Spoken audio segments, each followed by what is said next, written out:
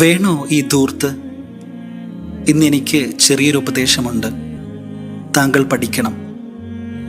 എന്ത്, ഇനിയും പഠിക്കണമെന്നോ എന്നൊന്നും ചോദിച്ച് കിറുവിക്കരുത്. പണം ജീവിതത്തിൻ്റെ അനുപേക്ഷണീയമായ സംഗതിയാണെന്നും ഇന്നത്തെ കാലത്ത് അതിൻ്റെ ആവശ്യകത ഏറെയാണെന്നും താങ്കൾ തിരിച്ചറിയണമെന്നേ ഞാൻ ഉദ്ദേശിച്ചുള്ളൂ. എൻ്റെയും മക്കളുടെയും ആവശ്യങ്ങളെയും കുടുംബത്തിലെ ദൈനംദിന ചെലവുകളെയും മുന്നിൽ വെച്ച് ഒരു സാമ്പത്തിക ആസൂത്രണം ഇക്കാലം വരെ താങ്കൾ നടത്തിയിട്ടുണ്ടോ? ഒരു കുടുംബ ബജറ്റിനെ പറ്റി എന്നെങ്കിലും ഒരു ആലോചന?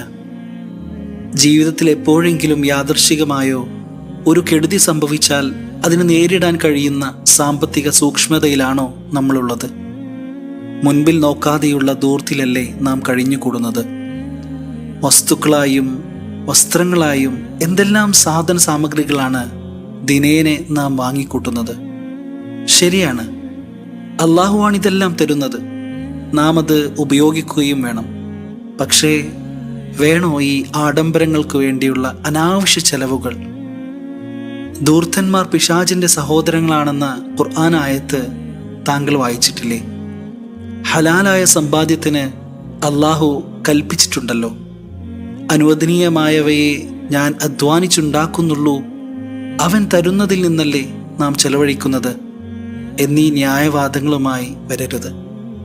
ഹലാലായ നിലയിലുള്ള സമ്പാദ്യത്തിന് കൽപ്പിച്ച അതേ അള്ളാഹു തന്നെ പാഴ്ചെലവുകളെയും നിരോധിച്ചിട്ടുണ്ട്. പ്രിയനെ, താങ്കൾ ഈ ആയത്തുകളൊന്ന് വായിച്ചു നോക്കുക. സൂറത്തുൽ ഇസ്രായിൽ 26-27 വചനത്തിൽ അള്ളാഹു സുബ്ഹാനഹു വ തആല പറയുന്നു, നീ ധനം ദുർവ്യയം ചെയ്ത് കളയരുത്. തീർച്ചയായും ദുർവ്യയം ചെയ്യുന്നവർ പിശാചുക്കളുടെ സഹോദരങ്ങളാകുന്നു.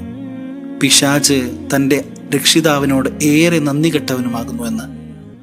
ആകയാൽ നിങ്ങൾ അധ്വാനിച്ചുണ്ടാക്കുന്ന പണം എങ്ങനെ ഏത് വഴിയിൽ ചെലവഴിക്കണമെന്നത് സംബന്ധിച്ച് താങ്കൾ ഗൗരവമായി ചിന്തിച്ചേ മതിയാകൂ. ഫലവത്തായ കൂടിയാലോചനക്ക് ഈ ഉള്ളവളുടെ സേവനം എന്നോ റെഡിയാണ്.